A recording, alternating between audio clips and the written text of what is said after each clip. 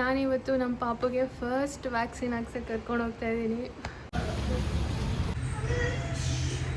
ಅದೇ ಥರ ಬಟ್ಟೆ ಹಾಕ್ಕೊಂಡಿದ್ದೀವಿ.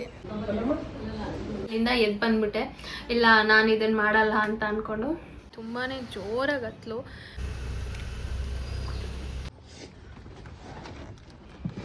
ಬೆಂಗಳೂರವ್ರಿಗಿಲ್ವಾ? ಫಸ್ಟ್ ವ್ಯಾಕ್ಸಿನ್ ಹಾಕ್ಸ್ಕೊಂಡು ಮನೆಗೆ ಬಂದೆ. ಕಂಟಿನ್ಯೂಸ್ ಒಂದು ಹಾಫ್ ಆನ್ ಅವರ್ ಹತ್ತಲು. Let's go.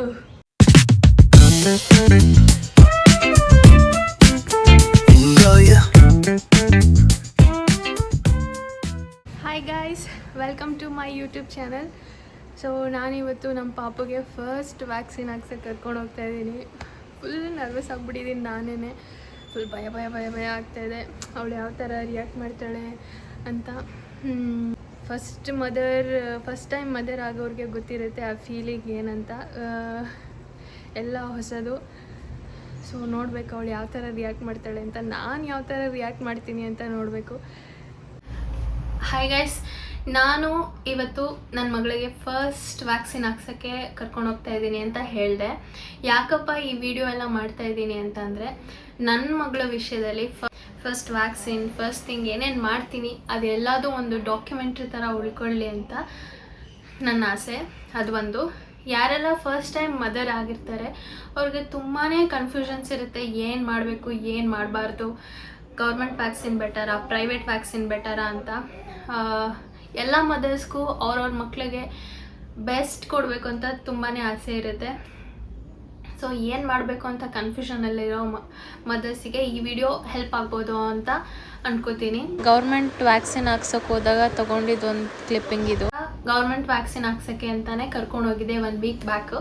ಸೊ ಅಲ್ಲಿ ಏನೇನಾಯ್ತು ಅಂತಂದರೆ, ಪೇರೆಂಟ್ಸ್ಗಳು ಕರ್ಕೊಂಡು ಬಂದಿದ್ರು ಮಕ್ಕಳನ್ನ. ಅಲ್ಲಿ ಇಂಜೆಕ್ಷನ್ ಕೊಡ್ಸಾದ್ಮೇಲೆ ತುಂಬಾ ಅಳ್ತಾ ಇದ್ವು ಮಕ್ಕಳು. ಅವ್ರನ್ನ ಕೇಳಿದಾಗ ಹೇಳಿದ್ದು ಬಂದೆ, ನನ್ನ ಫಸ್ಟ್ ಮಗಳಿಗೂ ಇದೇ ಥರ ಹಾಕ್ಸಿದ್ದೆ. 1 ಡೇ ಎಲ್ಲ ಪೂರ್ತಿ ಅಳುತ್ತೆ, ಒಂದಿನ 2 ಡೇಸ್ ಜ್ವರ ಕೂಡ ಬರುತ್ತೆ, ಅದಾದಮೇಲೆ ಸರಿ ಹೋಗುತ್ತೆ ಅಷ್ಟೇ ಅಂತ. ನಾನು ಅಷ್ಟಕ್ಕೇ ಹೆದರ್ಕೊಂಡೆ. 1 ಡೇ ಎಲ್ಲ ಅಳುತ್ತಾ, 1 hour ಅಳೋದನ್ನೂ ನನಗೆ ಇಮ್ಯಾಜಿನ್ ಮಾಡ್ಕೊಳಕ್ಕಾಗಲ್ಲ ನನ್ನ ಮಗಳ ವಿಷಯದಲ್ಲಿ. ಅವಳು 10 minutes ಅಳ್ತಾ ಇದ್ರೇ ನನಗೆ ಫುಲ್ಲು ಕೈಕಾಲೆಲ್ಲ ನಡುಗುತ್ತೆ. ಸೊ ಹಂಗಿರುವಾಗ 1 ಡೇ ಎಲ್ಲ ಅಳ್ತಾಳೆ ಅಂದಿದ ತಕ್ಷಣ ನಾನು ಅಲ್ಲಿಂದ ಎದ್ದು ಬಂದ್ಬಿಟ್ಟೆ, ಇಲ್ಲ ನಾನು ಇದನ್ನು ಮಾಡಲ್ಲ ಅಂತ ಅಂದ್ಕೊಂಡು. ದೆನ್ ಐ ಡಿಸೈಡೆಡ್ ಪ್ರೈವೇಟ್ ವ್ಯಾಕ್ಸಿನೇ ಹಾಕ್ಸ್ಬೇಕು ಅಂತ. ಸೊ ನಂಗೆ ಗೊತ್ತಿಲ್ಲ ಅದು ಪ್ರೈವೇಟ್ ವ್ಯಾಕ್ಸಿನ್ ಹಾಕ್ಸಿದ್ರೆ ಹೇಗೆ ರಿಯಾಕ್ಟ್ ಮಾಡ್ತಾಳೆ ಅಂತ. ನಾನು ಕೇಳಿರೋ ಪ್ರಕಾರ ಪ್ರೈವೇಟ್ ವ್ಯಾಕ್ಸಿನ್ ಹಾಕ್ಸಿದ್ರೆ ನೋವಾಗಲ್ಲ, ಜ್ವರ ಕೂಡ ಬರಲ್ಲ, ಆರಾಮಾಗಿರ್ತಾರೆ ಅಂತ. ಪ್ರೈವೇಟ್ ವ್ಯಾಕ್ಸಿನ್ನು ಮತ್ತು ಗೌರ್ಮೆಂಟ್ ವ್ಯಾಕ್ಸಿನ್ನು ಇವೆರಡರಲ್ಲಿ ಯಾವ್ದು ಬೆಟರ್ ಅಂದರೆ, ಎರಡೂ ಸೇಮೇ, ಆದರೆ ಒಂದೇ ಒಂದು ಇದರಲ್ಲಿ ಪೇಯ್ನ್ ಆಗುತ್ತೆ, ಇದರಲ್ಲಿ ಪೇಯ್ನ್ ಆಗಲ್ಲ ಅನ್ನೋದು ಒಂದೇ ಥಿಂಗ್ ಅಷ್ಟೇ ಅಂತ ನಾನು ಕೇಳಿರೋದು. ಸೊ ಇವತ್ತು ನನ್ನ ಮಗಳಿಗೆ ವ್ಯಾಕ್ಸಿನ್ ಹಾಕ್ಸಕ್ಕೆ ಹೋಗ್ತಾ ಇದ್ದೀನಿ. ಐ ಹೋಪ್ ಅವಳಿಗೆ ನೋವಾಗಲ್ಲ, ಅವಳು ಅಳಲ್ಲ, ಅವಳಿಗೆ ಜ್ವರ ಬರಲ್ಲ ಅಂತ. ಬನ್ನಿ ಹೋಗೋಣ. ಏನೇನಾಗುತ್ತೆ, ಯಾವ ಥರ ರಿಯಾಕ್ಟ್ ಮಾಡಿದ್ಲು ಅಂತ ಈ ವಿಡಿಯೋದಲ್ಲಿ ತಿಳಿಸ್ಕೊಡ್ತೀನಿ. ಲೆಟ್ಸ್ ಗೋ.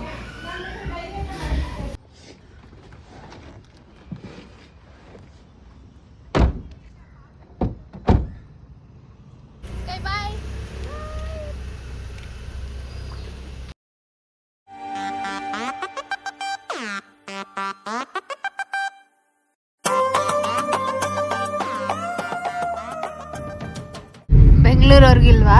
ಇಲ್ಲ, ನಾವು ನೋಡೋ ಎಷ್ಟು ರೂಲ್ಸ್ ಫಾಲೋ ಮಾಡ್ತೀವಿ. ರೌಂಡ್ ಅಬೌಟ್ ಎಲ್ಲ ತಗೊಂಡೋಗ್ತೀವಿ. ಎಲ್ಲಿ ರೈಟ್ ಆರ್ ರೈಟ್, ಎಲ್ಲಿ ಎಕಡೆ ಬರ್ತದೆ hospital? Left side. Finally hospital reach ಆದ್ವಿ. ಹಾಸ್ಪಿಟಲ್ ಒಳಗಡೆ ಹೋಗಿ ವ್ಯಾಕ್ಸಿನ್ ಹಾಕ್ಸ್ಕೊಂಡು, ವ್ಯಾಕ್ಸಿನ್ ಹಾಕ್ಸೋ ವಿಡಿಯೋ ಎಲ್ಲ ತೆಗಿಲಿಲ್ಲ, ಯಾಕಂದರೆ ನಾನೇ ತುಂಬ ಟೆನ್ಷನ್ ಮಾಡ್ಕೊಂಡ್ಬಿಟ್ಟಿದ್ದೆ. ಸೊ ತೆಗಿಯೋಕ್ಕಾಗಲಿ. ಮಕ್ಕಳಿಗೆ ವ್ಯಾಕ್ಸಿನ್ ಹಾಕ್ಸೋದು ಇಟ್ಸ್ ವೆರಿ ಡಿಫಿಕಲ್ಟ್ ಅಪ್ಪ. ಫುಲ್ ಹತ್ಬಿಟ್ಲು. ಒಂದು ಹಾಫ್ ಆನ್ ಅವರಲ್ಲೆಲ್ಲ ವ್ಯಾಕ್ಸಿನ್ ಹಾಕಿಸ್ಕೊಂಡು ಮತ್ತೆ ವಾಪಸ್ ಮನೆಗೆ ಹೊರಟ್ವಿ. ಹಾಯ್ ಗೈಸ್, ನನ್ನ ಮಗಳಿಗೆ ಫಸ್ಟ್ ವ್ಯಾಕ್ಸಿನ್ ಹಾಕ್ಸ್ಕೊಂಡು ಮನೆಗೆ ಬಂದೆ. ಅವಳು ಫಸ್ಟ್ ಟೈಮ್ ಡಾಕ್ಟರ್ ಇಂಜೆಕ್ಷನ್ ಕೊಟ್ಟಾಗ ಸ್ವಲ್ಪ ಹೊತ್ತು ಹತ್ತಲು, ಇಂಜೆಕ್ಷನ್ ಕೊಡುವಾಗ ಹತ್ತಲು, ಅದಾದಮೇಲೆ 5 minutesಗೆ ಮಲ್ಕೊಂಬಿಟ್ಲು. ಅವಳಿಗೆ ಆವಾಗ ಪೇಯ್ನ್ ಗೊತ್ತಾಗಿಲ್ಲ ಅನಿಸುತ್ತೆ. ದೆನ್ ಮನೆಗೆ ಕರ್ಕೊಂಡು ಬಂದ್ವಿ. ಡಾಕ್ಟ್ರು ಹೇಳಿದರು ನಮಗೆ ಮನೆಗೆ ಹೋಗಿದ ತಕ್ಷಣ ಫೀಡ್ ಮಾಡಿ ಕಾಲ್ಪಾಲ್ ಅಂತ ಒಂದು ಡ್ರಾಪ್ಸ್ ಕೊಟ್ಟಿರ್ತಾರೆ ಫೀವರ್ದು, ಅದನ್ನು ಹಾಕಿ ಅಂತ. ಸೊ ಅದನ್ನು ಹಾಕ್ಬಿಟ್ಟು ಮಲಗಿಸ್ದೆ. ಒಂದು 2 hours ನಿದ್ದೆ ಮಾಡಿದ್ಲು. ನಿದ್ದೆ ಮಾಡಿ ಎದ್ದಾದ್ಮೇಲೆ ಅವಳಿಗೆ ಪೇಯ್ನ್ ಗೊತ್ತಾಯಿತು ಅನಿಸುತ್ತೆ. ಕಂಟಿನ್ಯೂಸ್ ಒಂದು 1/2 hour ಹತ್ತಲು. ಹಿಂಗೆ ಎತ್ಕೊಂಡ್ರೆ ಇರ್ತಾನೆ ಇರಲಿಲ್ಲ. ಹೆಗ್ಲು ಮೇಲೆ ಹಾಕ್ಕೊಂಡ್ರೆ ಸ್ವಲ್ಪ ಹೊತ್ತಿದ್ಲು. ಆ ವಿಡಿಯೋ ಕೂಡ ತೋರಿಸ್ತೀನಿ ಇದರಲ್ಲಿ. ಈ ಥರ ಹೆಗ್ಲು ಮೇಲೆ ಹಾಕ್ಕೊಂಡ್ರೆ ಸಮಾಧಾನವಾಗಿ ಸ್ವಲ್ಪ ಹೊತ್ತು ಮಲ್ಕೊಂಡಿದ್ಲು. ಅದು ಹೊರಗಡೆ ಕರ್ಕೊಂಡು ಬರಬೇಕು, ಸ್ವಲ್ಪ ತಣ್ಣಗೆ ಗಾಳಿ ಬೀಸ್ತಾಯಿತ್ತು, ಹೆಗ್ಲು ಮೇಲೆ ಮಲ್ಕೊಂಡಿದ್ಲು. ಇಲ್ಲಿ ಹೆಗ್ಲು ಮೇಲಿಂದ ತೊಟ್ಲಿಗೆ ಹಾಕಿದ ತಕ್ಷಣವೇ ಕಿಟಾರನ್ನು ಕಿರ್ಚ್ಕೋತಾ ಇದ್ಲು. ಸೊ ನಾನು ಸ್ವಲ್ಪ ಹೊತ್ತು ಆದಷ್ಟು ಹೆಗ್ಲು ಮೇಲೆ ಹಾಕ್ಕೊಂಡೆ ಸಮಾಧಾನ ಮಾಡಿದೆ. ಅದಾದಮೇಲೆ ಅವರಪ್ಪ ಕೂಡ ಸ್ವಲ್ಪ ಹೊತ್ತು ಎತ್ಕೊಂಡು ಸಮಾಧಾನ ಮಾಡಿದ್ರು.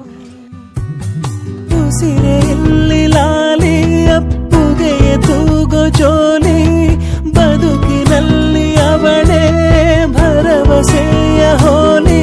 ಮರವ ತಪ್ಪಿದ ಬಿಳಲು, ಗರಿಯ ಹಬ್ಬಿದ ನವಿಲು, ನನ್ನ ಹಗಲು ನನ್ನ ಇರುಳು, ಮಗಳು ನನ್ನ ಮಗಳು. ಅದಷ್ಟೇ. ಆಮೇಲೆ ಮತ್ತು ಇನ್ನೊಂದು ಸತಿ ಕಾಲ್ಪಾಲ್ ಹಾಕಿ 6 hours ಒನ್ಸಿಗೆ ಹಾಕಕ್ಕೆ ಹೇಳಿದರು. ಮತ್ತು ಇನ್ನೊಂದು ಸತಿ ಹಾಕಿ ಅವಳಿಗೆ ಫೀಡ್ ಮಾಡಿ ಮತ್ತೆ ಮಲಗಿಸ್ದೆ. ಸೊ ಬೆಳಗ್ಗೆ ಎದ್ದಾದಮೇಲೆ ಅವಳಿಗೆ ಫೀವರ್ ಎಲ್ಲ ಹೋಗಿತ್ತು. ಪ್ರೈವೇಟ್ ವ್ಯಾಕ್ಸಿನ್ ಬೆಟರಾ ಗೌರ್ಮೆಂಟ್ ವ್ಯಾಕ್ಸಿನ್ ಬೆಟರಾ ಅಂತ ನನ್ನ ಕೇಳಿದ್ರೆ ಎರಡರಲ್ಲೂ ಅಳುತ್ತೆ ಪಾಪು. ಆದರೆ ಪ್ರಮಾಣ ಕಮ್ಮಿ ಇರುತ್ತೆ ಅಷ್ಟೆ. ಗೌರ್ಮೆಂಟ್ ವ್ಯಾಕ್ಸಿನಲ್ಲಿ ಸ್ವಲ್ಪ 1 hour ಜಾಸ್ತಿ ಅಳ್ಬೋದು. ಪ್ರೈವೇಟ್ ವ್ಯಾಕ್ಸಿನಲ್ಲಿ ಸ್ವಲ್ಪ ಹೊತ್ತು ಕಮ್ಮಿ ಅಳುತ್ತೆ ಅಷ್ಟೇ. ಎರಡೂ ನೋವಾಗುತ್ತೆ ಮಕ್ಕಳಿಗೆ. ಕಮ್ಮಿ ಟೈಮ್ ನೋವಾಗುತ್ತೆ, ಕಮ್ಮಿ ಟೈಮ್ ಅಳುತ್ತೆ ಅನ್ನೋದು ಒಂದೇ ರೀಸನಿಗೆ ಐ ಚೂಸ್ಡ್ ಪ್ರೈವೇಟ್ ವ್ಯಾಕ್ಸಿನ್ ಅಷ್ಟೇ. ನೀವೇನಾದರೂ ಯಾವ ವ್ಯಾಕ್ಸಿನ್ ಹಾಕ್ಸ್ಬೇಕು ಅಂತ ಕನ್ಫ್ಯೂಷನಲ್ಲಿದ್ದರೆ ಯಾವುದು ಬೆಟರ್ ಅಂತಂದರೆ ಎರಡೂ ಬೆಟರೇ. ಆದರೆ ನೋವಾಗುತ್ತೆ ಅನ್ನೋದು ಒಂದೇ ಅಷ್ಟೇ ಬಿಟ್ಟರೆ ಇನ್ನೇನೂ ಡಿಫ್ರೆನ್ಸ್ ಇರೋಲ್ಲ. ಆದರೆ ಇನ್ನೂ ಒಂದು ಡಿಫ್ರೆನ್ಸ್ ಇರುತ್ತೆ, ದುಡ್ಡಿನ ಡಿಫ್ರೆನ್ಸು.